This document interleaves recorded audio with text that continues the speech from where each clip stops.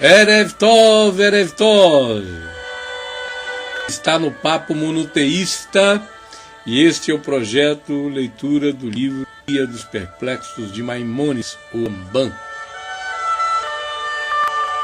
Ao fazer essa magnífica execução musical de Ennio Morricone, executado no Aoé por Reha Siwala.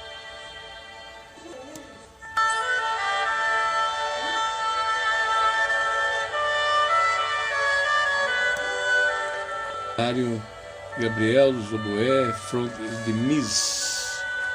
Vamos um pouquinho mais, ouvir um pouco mais da introdução do Ebo.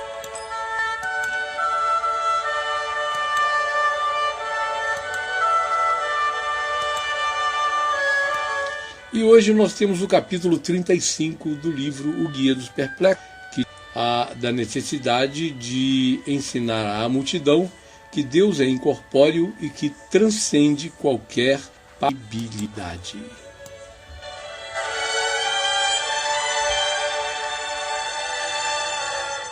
E se você não é inscrito no canal Papo Monoteísta, inscreva-se já, ative o sininho e compartilhe, trabalhe esse projeto e continue conosco. Se você quiser apoiar, nós temos aqui as indicações de apoio e aqueles que estão apoiando e têm mandado seus elogios, a todos vocês muito obrigado, a todos vocês que têm assistido, valoriza muito o nosso empenho em fazer com que vocês tenham crescimento e elevação espiritual através da leitura do livro O Guia dos Perplexos. Obrigado a você que está nos acompanhando e está conosco.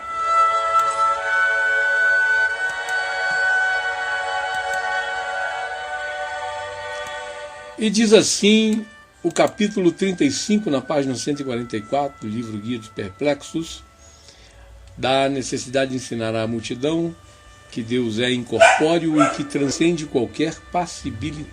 Diz assim: não penses que tudo o que dissemos previamente nos capítulos anteriores sobre a importância desse assunto e a sua ocultação e sobre a dificuldade de compreendê-lo e a necessidade de evitar sua transmissão ao povo simples. Isso, a questão da corporeidade e da passibilidade.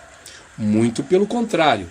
Do mesmo modo que se deve educar as crianças e divulgar às massas que Deus é um e que não se deve adorar outro, é importante que recebam por tradição que Deus é incorpóreo e que não há semelhança qualquer entre ele e suas criaturas, em qualquer que sua existência não se assemelha à existência deles, e que sua vida não se assemelha à vida deles, que são dotados de ciência, e que a diferença entre eles não é meramente quantitativa, e sim no tipo de existência. Quero dizer que deve ser difundido a todos que o nosso conhecimento, o poder e o dele não diferem no fato de um ser maior e o outro ser menor, ou um ser mais forte e o outro ser mais fraco, ou coisas semelhantes. Pois o forte e o fraco são necessariamente semelhantes na espécie, e ambos compartilham uma definição qualquer, de modo que toda relação se dá somente entre duas coisas contidas na mesma espécie, o que foi esclarecido nas ciências naturais. Além disso, tudo é atribuído a Deus. Além disso, tudo que é atribuído a Deus distingue-se de nossos atributos em todos os aspectos, de modo que não há nenhuma definição comum. A existência e a nossa são denominadas existência por homônimo, como explicarei. Isso será suficiente às crianças e às pessoas simples para estabelecer em suas mentes que existe um ser perfeito que não é um corpo, nenhuma faculdade de um corpo, e que esse ser é Deus, ao qual não se associa a qualquer tipo de imperfeição e, portanto, não está sujeito à passibilidade.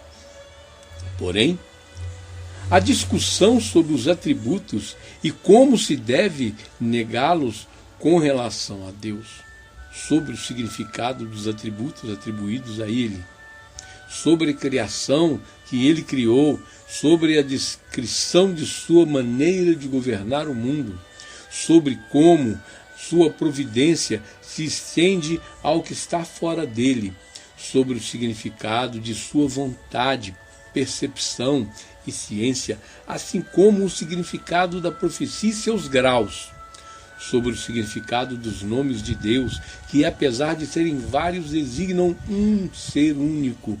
Todos esses temas são profundos e constituem verdadeiramente os segredos da Torá, que são mencionados constantemente nos livros dos profetas e nos discursos dos sábios. Estas coisas não devem ser tratadas a não ser seus primeiros elementos, como mencionamos, e somente de pessoa a pessoa, como descrevemos. No entanto, a negação da corporeidade, a ausência de semelhança e a impassibilidade são temas que devem ser falados abertamente e explicados a cada um conforme o seu entendimento, e transmitidos por tradição a crianças, mulheres, homens simples e a aqueles a quem falta certa disposição natural, do mesmo modo que se transmite a eles por tradição que Deus é um e eterno e que não se deve adorar outro além dele, pois a unidade é estabelecida apenas pela ausência da corporeidade, pois o corpo não é um, mas sim composto de matéria e forma, que são dois elementos por definição, sendo que o corpo também se divide e é susceptível à divisão. Ao receberem essa educação, as pessoas se habilitarão a isso, crescerão e ficarão perplexas com relação a certas passagens dos livros dos profetas. E então será explicado a elas o significado delas e serão iniciadas na prática da interpretação.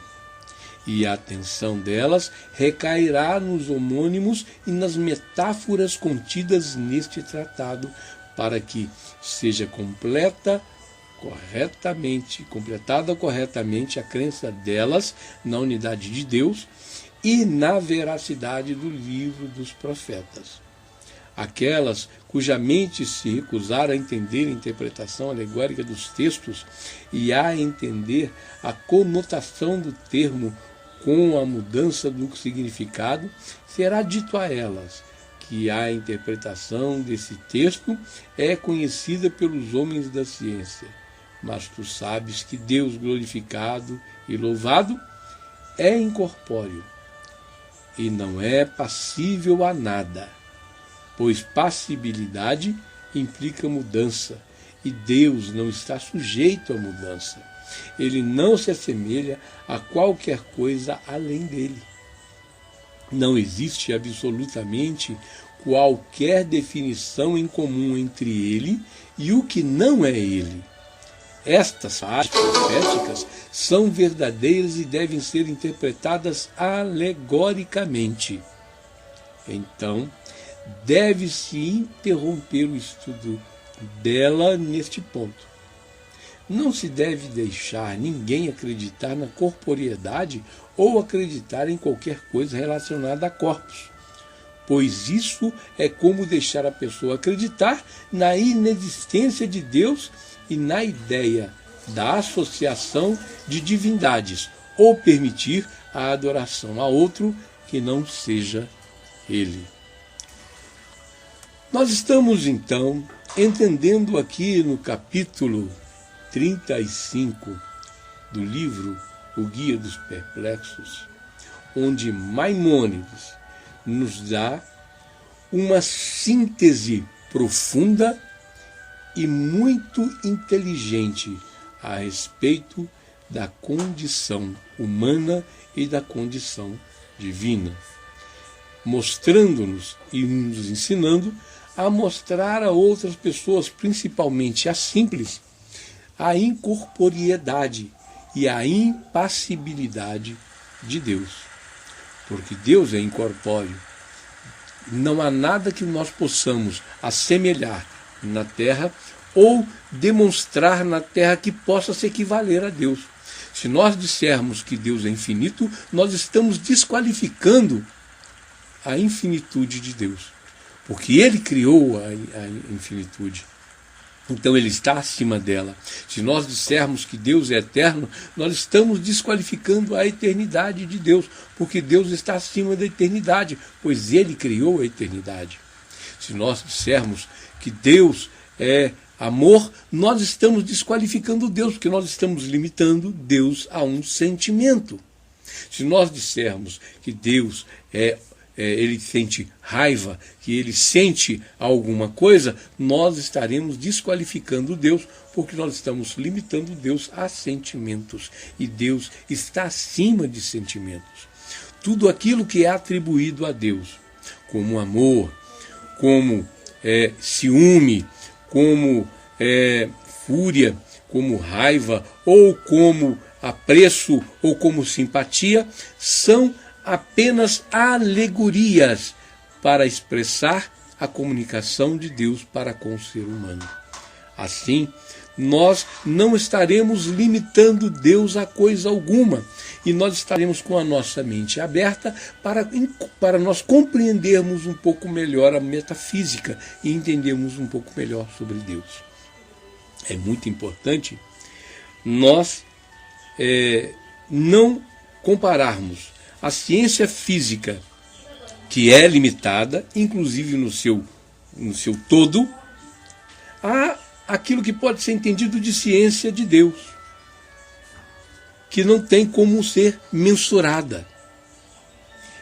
Nós estamos num certo ponto da ciência física em que nós estamos indo aos pontos mais distantes do entendimento, chegando a condições muito definidas da finitude do universo conhecido.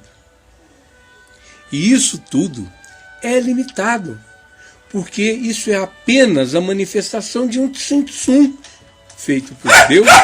Então, nós não podemos limitar o nosso entendimento e não podemos limitar o entendimento a respeito de Deus.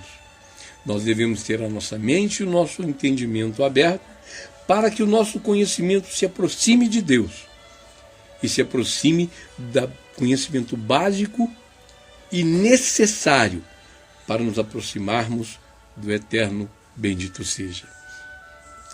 Tudo isso que fez Maimônides de elevada memória, que ele esteja em paz, foi para que nós possamos começar a aprender a ciência metafísica. E nos próximos capítulos, nós veremos cada vez mais um entendimento firmado e maiores horizontes se abrirão aos nossos olhos. Nós veremos ainda o antropomorfismo e vamos entender um pouco mais a respeito daquilo que o grande sábio Rambam, Maimônides, que esteja em paz, nos proporciona, nos ensinando a respeito da perplexidade que temos sobre os conhecimentos finitos da eternidade. Muito obrigado por você estar comigo até aqui.